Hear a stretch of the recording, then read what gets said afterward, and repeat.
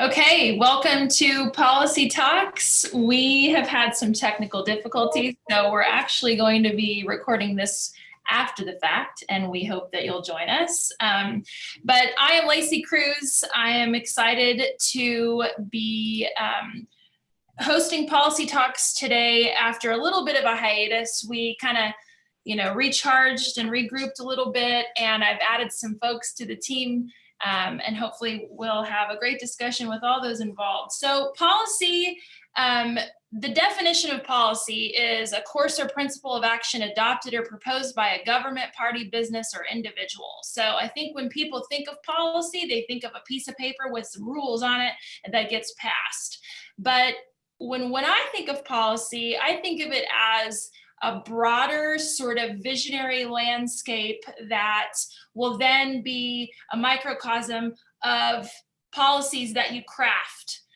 So if that makes any sense at all, I just kind of wanted to give that overview because I do think that policy talks can mean a lot of different things, and what it means to me I thought needed to be explained. But today I have a couple of guests, Ms. Jordan Walker, Ms. LaTasha Arnault. Thank you both for joining us. Couple of things. Jordan Walker is going to be taking over as the moderator, so I'm not just screaming at you all.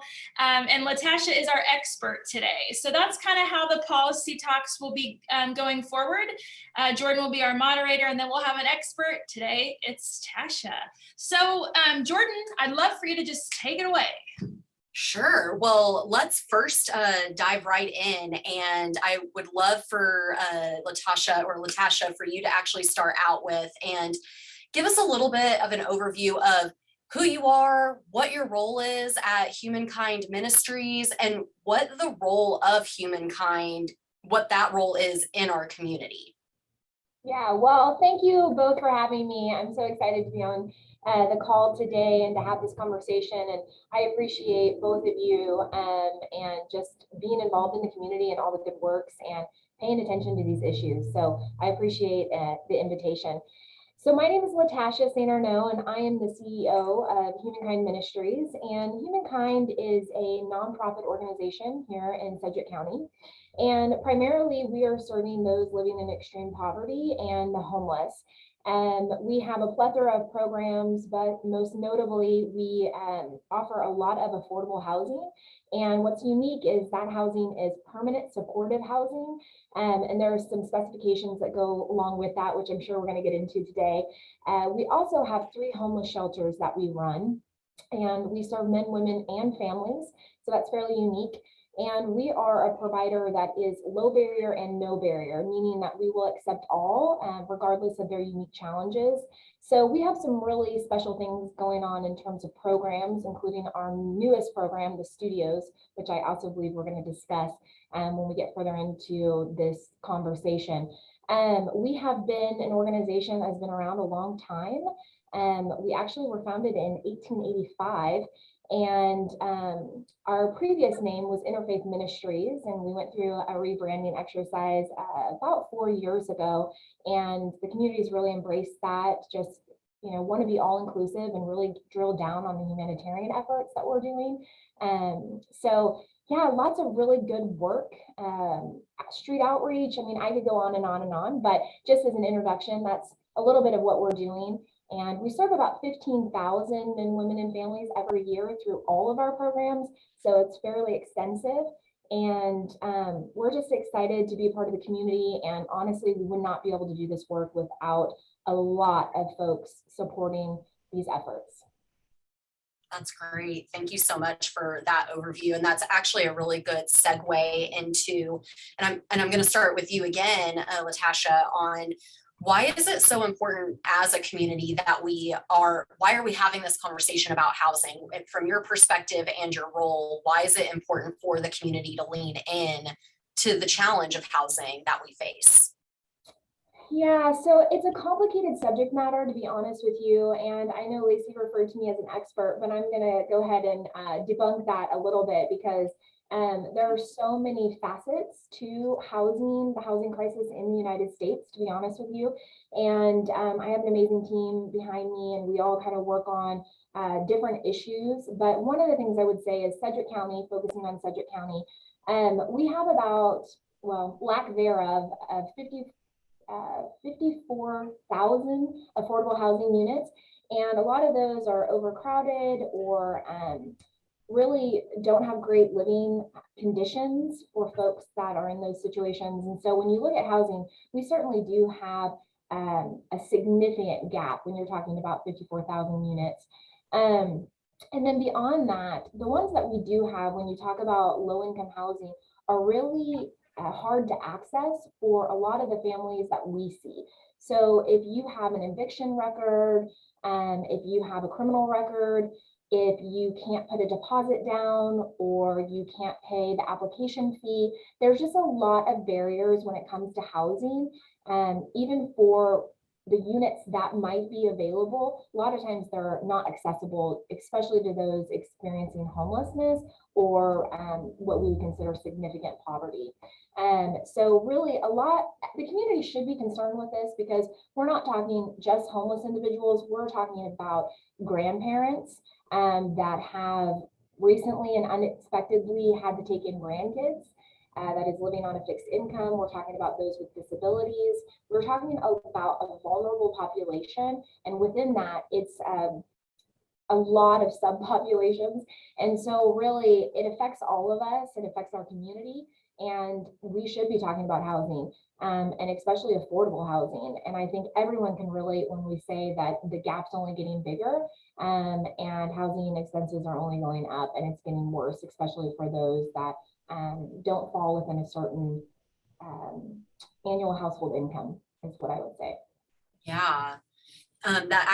That's something that Lacey and I were actually just talking about a little bit before this call, is that topic of affordable housing, because, right now housing is kind of a big topic, but not in this aspect. What you're typically hearing is when we're talking about like housing shortages is more in the real estate market, and how houses are getting gobbled up before you can even really keep them on the market, which this is kind of a polar opposite aspect of that. And when you're talking about the accessibility of affordable housing and how this isn't just affecting homeless individuals, but as you mentioned, veteran, grandparent, there's a lot of subpopulations that do need these resources. And so, Lacey, I'm going to toss this over to you on that topic of affordable housing and lacking affordable housing.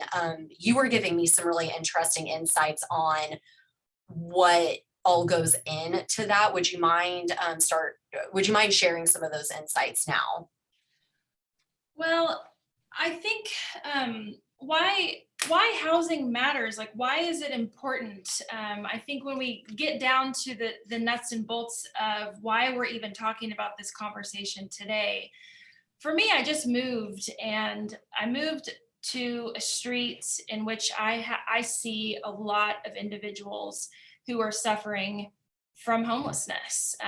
They are unhoused, they are mentally ill, and so it's literally in my face every single day. And I wanted to have this conversation because I want to bring awareness to it.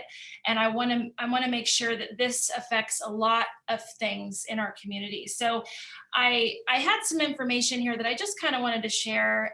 Like, why does it matter? And there's a quote by a gentleman named Raj Chetty, which I think he's a gentleman actually. So if it's not, I apologize. I need to check that out. But the quote is more important. So there could be millions of lost Einsteins, individuals who might become inventors and change the course of American life had they grown up in different neighborhoods.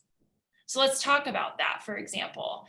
A broad and growing body of research supports why the need for housing is so important, because housing is an investment in health. A child living with housing insecurity is 28% more likely to be underweight, right? They Children living in poor quality housing also make up 59% more visits to the emergency room for asthma. And in the day of COVID that affects our respiratory system, that's very important. Stable housing improves education outcomes, right? A child who moves frequently because of housing insecurity falls at least 3 months behind their peers after just one move. A child, also children who experience homelessness are 21% points less likely to graduate than those of children who are not homeless. Affordable housing, and this is where it gets kind of interesting, is also economic development. It talks about for every 100 units of affordable housing, it generates 7.9 million in local income, 830,000 in tax revenue, and 122 jobs in just the first year and ongoing economic benefits after that.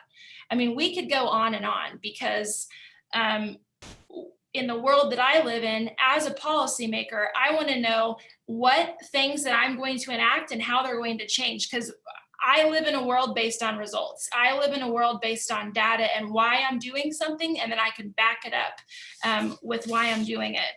Affordable housing is cost effective, and this is where the work of Humankind and other ministries like this come into it. So affordable housing, it costs $13,000 a year to provide supportive housing to a formerly homeless individual, compared to $36,000 per year to provide emergency health services to individuals experiencing chronic homelessness. Now, we just had conducted a high utilizer study, and this incorporates mental health, substance abuse, and homelessness. So it's not just those experiencing homelessness, but for one person in that study, they utilized almost $750,000 in services in our emergency room, in our jail. And so if you think about one person in 1 year spent $750,000 worth of resources, they were in and out of the emergency room. Somebody's going to pay for that care. And so, you know, stable housing, we think about how we are. I mean, we have I am so privileged to have this home, to have a place for my children to thrive. And that's why it's so important for me to bring awareness to this. Now, that was a long-winded to your question. I think when we talk about affordable housing, one stat, and I don't want to just throw stats at you, but I think this is so important. And when I read this, I almost sent a message to our county manager saying that I want a $17 minimum wage next year proposed in our budget, because according to this stat, based on the fiscal year 21 HUD fair market rent for our region is $850. A worker must earn a bare minimum of $17 an hour to afford that. What is the median income or median hourly rate here? If you're lucky enough, it is $11 per hour for a store clerk. For a home health aide, it's $12 per hour. So think about that. I mean, it talks about they would have to work a week, okay, 118 hours to be able to afford an $850 two-bedroom, safe and decent quality. I mean, we got to increase our minimum wage here. We got to increase the amount that we're paying people. Absolutely. And that goes right back to what you were saying, LaTasha, of accessibility. Like even when we have, affordable housing units, that there are enough barriers in place that A, can discourage somebody, or B, when you're talking about, a family that might have to be working like 3 jobs with our current minimum wage just to be able to even afford, those motions and those steps, like that's our minimum wage is creating a barrier. And Lacey, I think one of the other things that you mentioned when we were talking earlier is transportation is another barrier, and how that affects, our housing situation and people being able to get to housing opportunities in their area. Yeah, according to this, sorry, it says Wichita residents generally pay 48% of their monthly income on transportation and housing. Those two combined, that's why we have so many cost burden people here. And I'm really glad that, Lacey, you brought up a lot of this data, because I think that, as you talked about, it's just got to be rooted in data. The math doesn't add up, and it's as simple as that. And we talk about that a lot. It doesn't add up. When your paycheck is going to solely your rent and food to get by, it's really staggering just the barriers and obstacles a lot of our vulnerable neighbors have to overcome. If just walking in their shoes for one day and, coming and following one of our case managers for a day, you would quickly understand how incredibly difficult it is to find housing, and then sometimes maintain housing. To Lacey's point, the number one social determinants of a community is housing. When you look at anything like maintaining your mental health, it's very difficult for anyone to maintain their mental health if they're worried about where they're going to sleep at night, or worried if they're going to be evicted, or couch surfing. And we have a lot of statistics, but honestly, the numbers don't tell the full story, because we don't know how many people what we consider like couch surfing or sharing when multiple families live in one unit. And so there's a lot of that going on, just a lot of housing insecurities, and not just in Wichita, but across the country.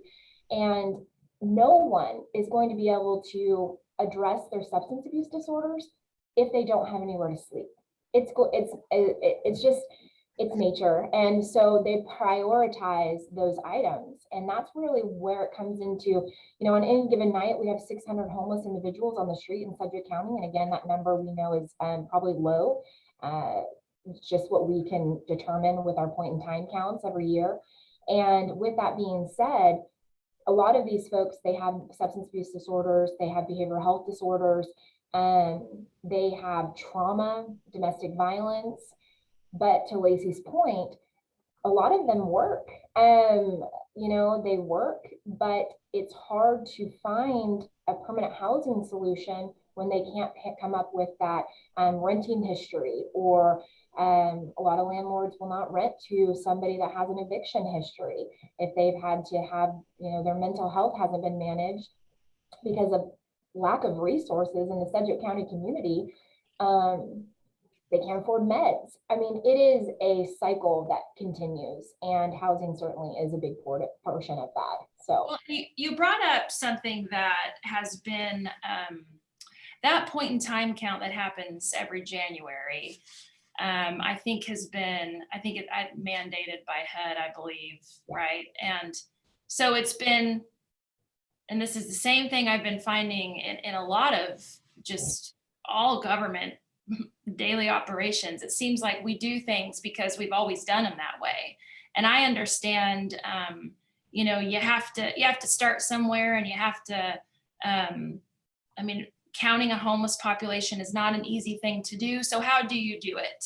But is that the best way to do it? Is having one day in January the best way to do it? And are they counting those couch surfers or people living in their cars? Or, are they really, really counting it so that we know wholeheartedly every single person that is experiencing homelessness? I went to NACO this past, I don't even know when it was, but I went to a conference in which they talked about a homeless initiative that is called Functional Zero. And it talks about 14 communities around our nation that have a functional zero, which meaning 3 people or 3% or 0.03% of their population is experiencing homelessness.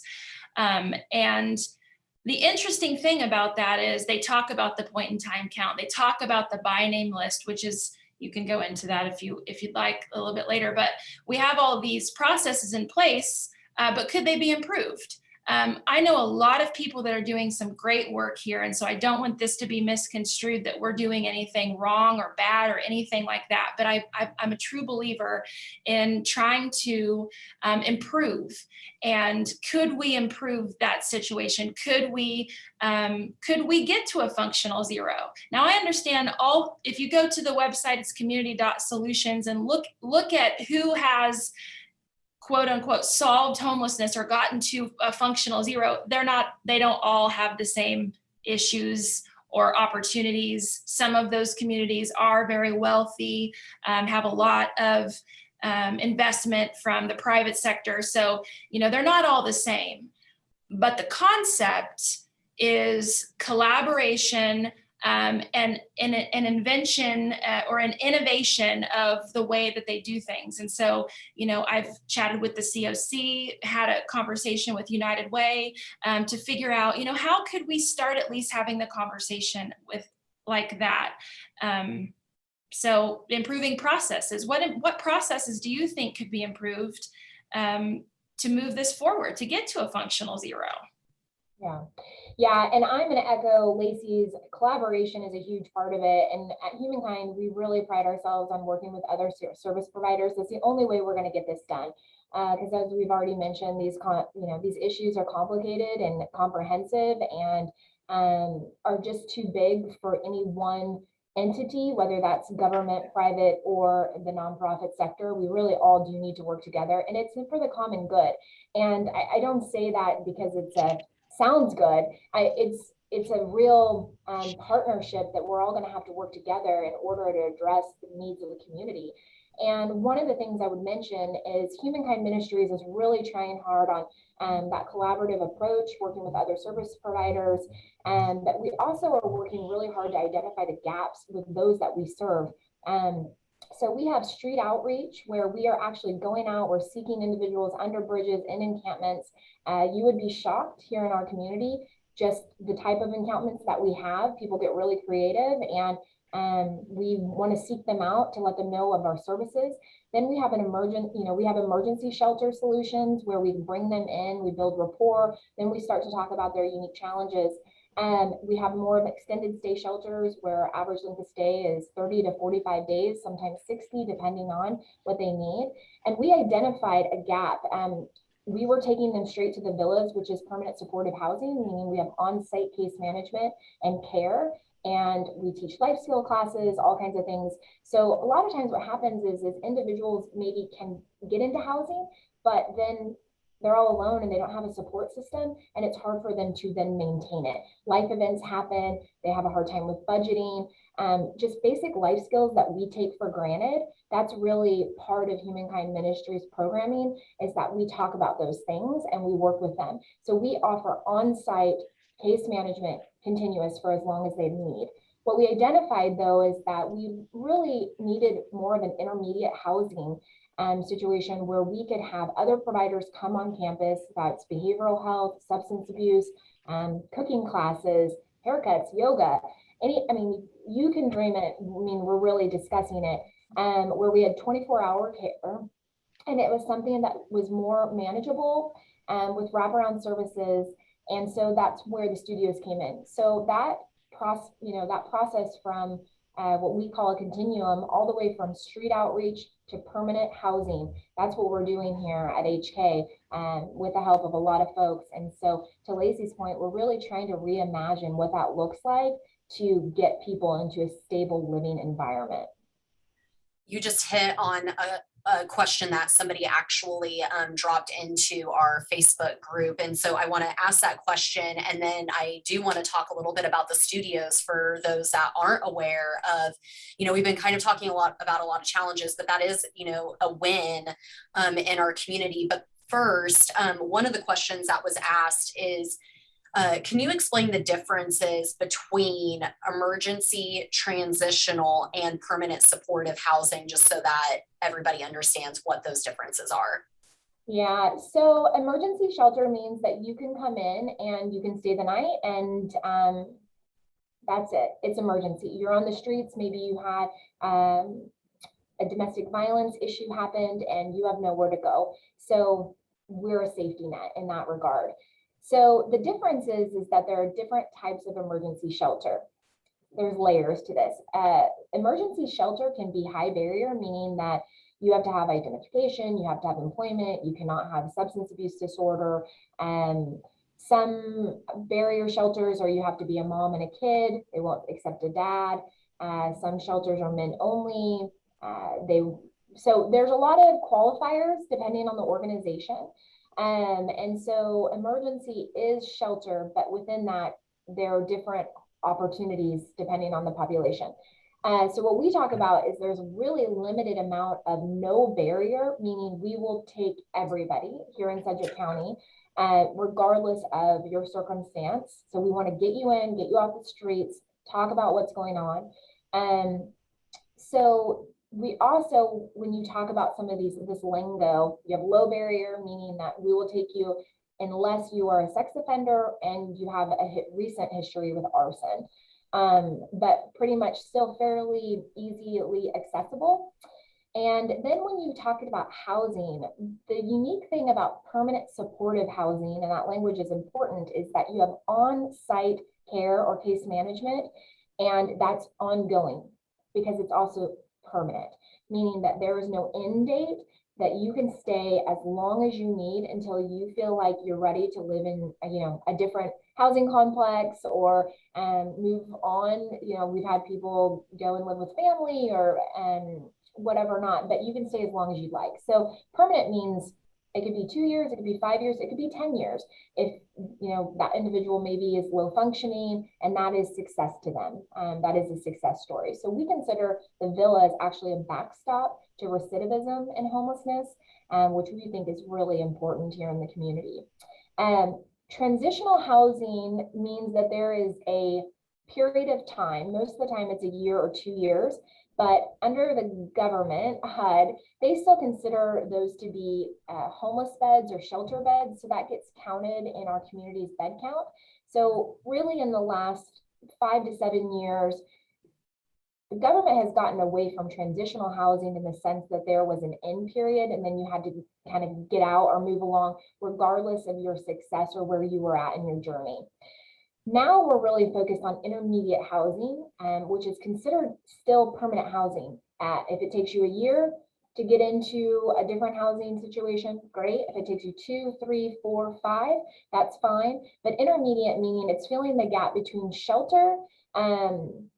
It's not a one size fits all. It really is uniquely designed for the individual. And so those are some of the different lingos. It does get a little complicated because there are a lot of a lot of them and lots of acronyms and everything else, but those are some of the primaries.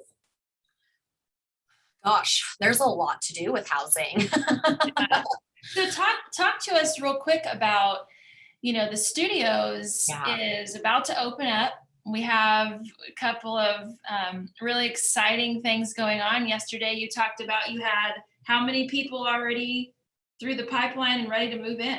Yeah, we have so many of our friends, our service providers that have already been filling out all the referral paperwork. They can't wait for the program to start. It's unique to Sedgwick County. And now there have other communities around the country that have really started this. So it's been a labor of love. Honestly, I have to give a shout out to multiple people, including you, Lacey. So Lacey, Cindy Claycomb, Sally Stang from the housing department, Via Christie has been a great partner, Robin Chadwick, and a few others. I know I'm missing a lot here because it's been kind of a collaborative effort, but there was about 5 to 7 of us that got together and said, we really want it. How can we scale something to make a huge dent in those on the streets today? And why can't we get them into housing? And there's a few reasons. Number one, many of them don't have the paperwork. So they don't have a valid photo ID. They don't have a social security card. There are a lot of obstacles to even get homeless and individuals into a housing situation. So this project or this program is specifically designed for the homeless. So the only qualification is that you have to be homeless. And you have to have a referral from another provider. So a case manager, it might be MHSA, it might be SAC, it might be ComCare, but really there are no strings attached. We do in this particular facility that we have, because it's only adult men and adult women, We are allowing sex offenders. We allow people with criminal history. We allow those that have eviction records. Pretty much, we are considering this low barrier housing.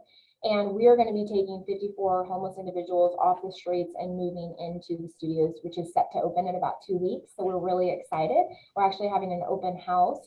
So I hope you guys check that out. And I'm sure we can put it in the link for everybody. But really, it's exciting. We already have 9 individuals that have completed the paperwork, which we do on their behalf and help them through that process.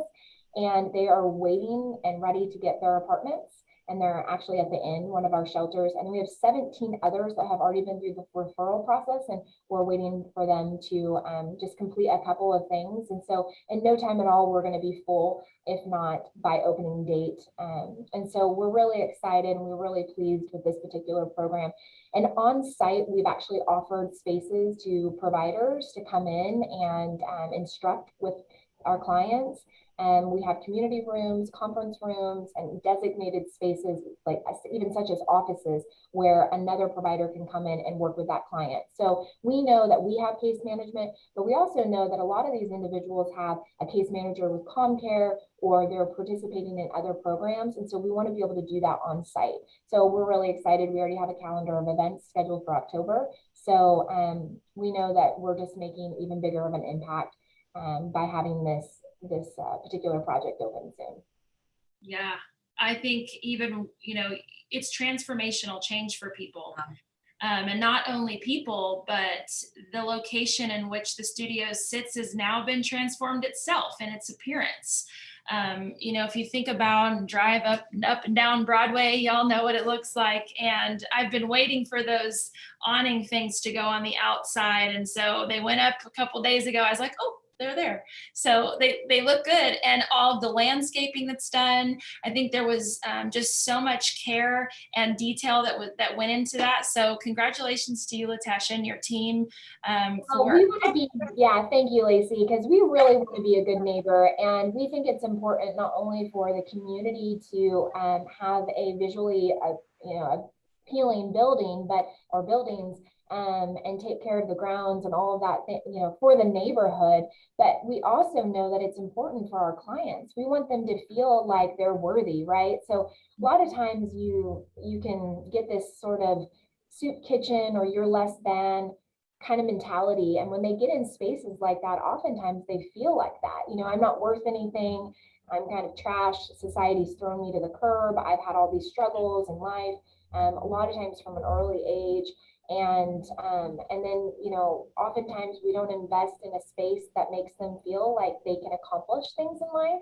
And so we really think for both the community and those that we're serving, it's really important to put our best foot forward. So we're really excited that we're doing that.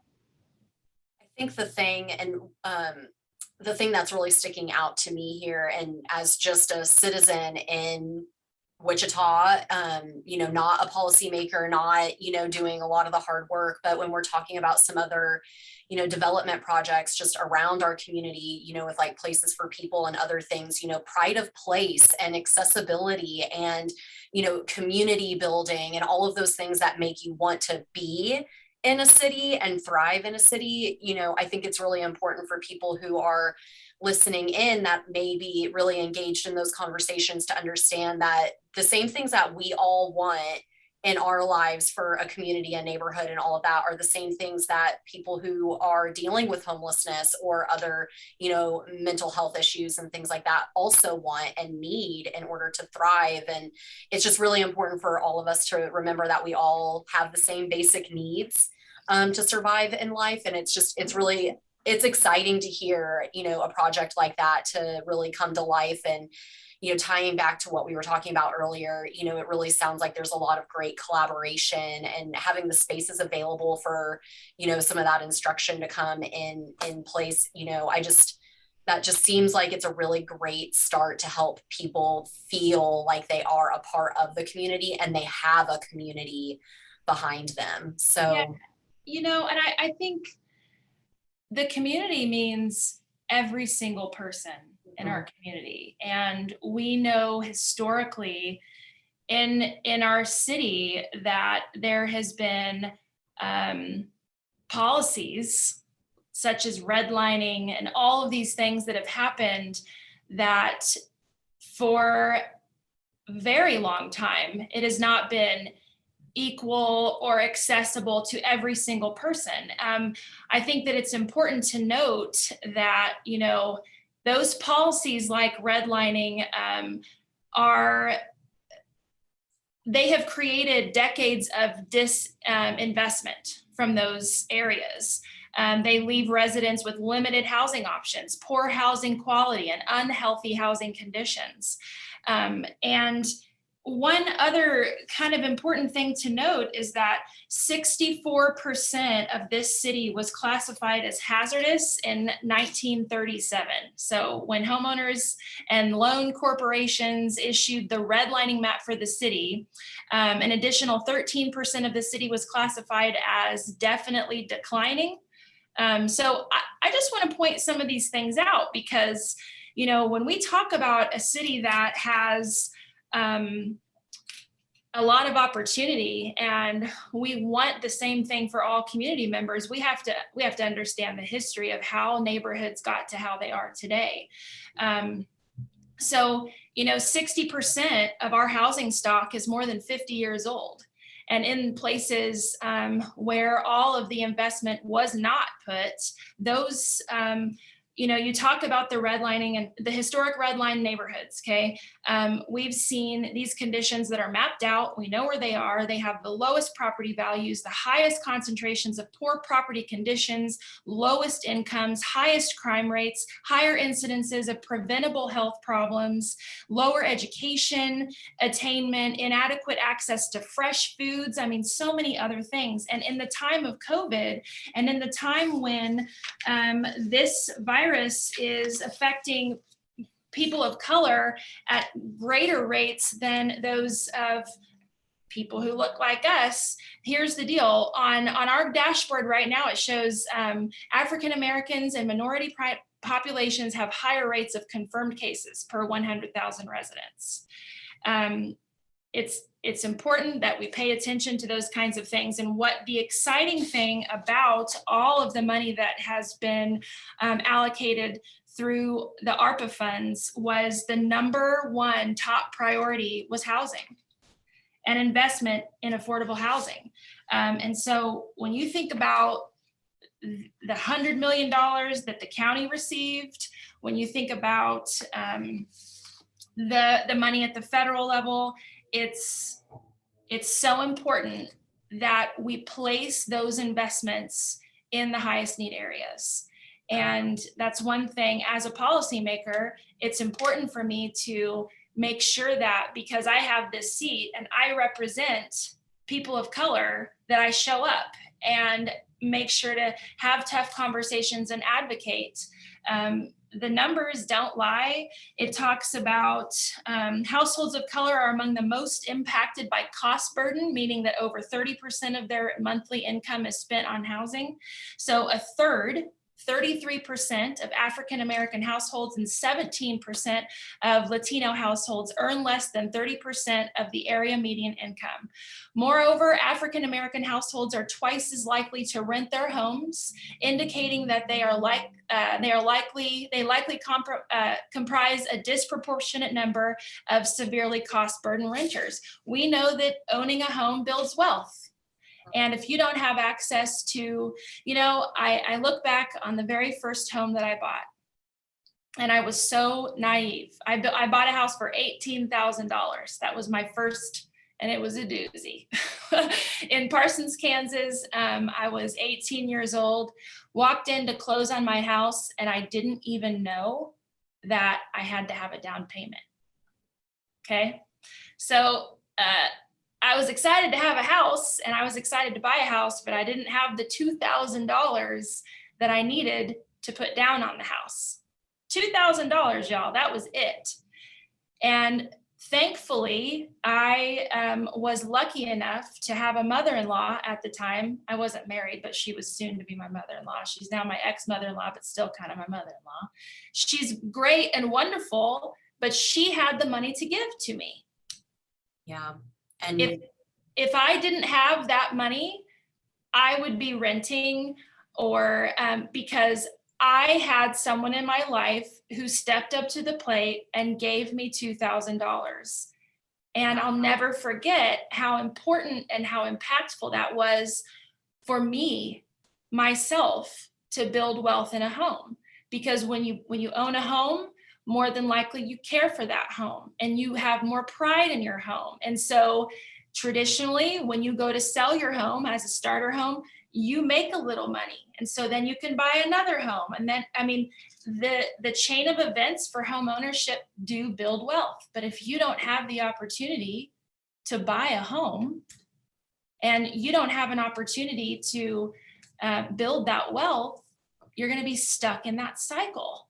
And we have to do better as a community. And another really quick fact is there's only 7,000 dedicated affordable housing units. 7,000. That's not very many. I was really shocked actually when I saw that number, because it just seems so small in comparison to the great need that we have. And, you know, just kind of a call back to the very start of this conversation, as we're starting to wrap up here, is, you know, when you were talking, Lacey, about all of the stats of, you know, how your life is affected when you don't have a home, your health, your education, your ability to gain wealth, your ability, your mental health, and, you know, all of those things that we all care for in our own lives. Like, we have a great population that needs us to care about it for their lives as well, because, you know, housing really seems kind of like that starting point of the dominoes tipping in one direction or the other. And, you know, Wichita, as you just hit on, Lacey, or Sedgwick County, like, we have a lot of opportunity as a community to do great things. And, you know, a lot of people, we do consider ourselves a progressive city that doesn't get a lot of the accolades or the credit that, you know, we think it deserves. But can we really call ourselves a progressive community if we're not taking care of, you know, those in need and providing a basic need such as shelter? Because we all need it. It's Maslow's hierarchy of needs, you know. So I think obviously we could talk about this all day, and we definitely should, you know, book additional conversations and get into some of the, you know, nitty gritty details, or at least, you know, check in a few months from now and see how the studios are going, and, you know, what, you know, good stories are coming out of that collaborative initiative. But to end today, I just want to ask both of you, like, out of everything that we have, you know, going on right now, if we were to look at it from a policy perspective or an initiative perspective, what would you say is one of the key areas that as a public official or as a community, we need to be paying attention to moving forward? Yeah. Well, I'll go ahead and go first so Lacey can have her final closing remarks, since she is the lady sitting on county commission. But I would I kind of want to back up really quickly and then answer your question. But I do want to note Lacey's point about having a support system and how privileged we are. I think everyone kind of needs to take stock in that, because I can attest that all the people that we help, it is, you know, there are a lot of reasons, but one of the baselines is that they don't have a support system. And there's nobody to kind of pull them out of that when a life event happens, and then another life event happens, and then all of a sudden they find themselves in the situation that they have that they're currently in. So I think recognizing that and having that self-reflection that we've all had privileges in our life, whether that's the family we were born into, or a teacher investing time in us, or a mother-in-law paying our down payment, or those kind of things. And I think that if we have, you know, if we can just find that compassion and that empathy and that lens, we could really relate to our neighbors more often than not, especially in this climate that we're in right now. I also want to note with COVID, as Lacey mentioned, there is a lot of stuff going on with this pandemic, and we've yet to see the fallout from it. And housing is certainly going to be one of those things, and we're looking at that. We're following that very closely, and I think it's important for both our political leaders and just our private sector friends and our social service friends to be paying very close attention to how COVID is going to impact housing for the next several years. So we're paying close attention to that. To answer your question, I would say we are actually seeing some really great investments that we're excited about. So when you look at ARPA, they have the emergency housing vouchers that came out. And I really have to applaud anybody from a policy perspective that's been working on those particular vouchers, because they are covering application fees, they're covering deposit fees, they are waiving some of the paperwork that we normally see with the government, and they're giving providers such as Humankind Ministries and clients and residents the ability to go an extended period of time before having to provide some of those requirements. And so there's been some changes already that we're seeing with the emergency housing vouchers that I'm really excited about. So I have to commend anybody that has been involved with that.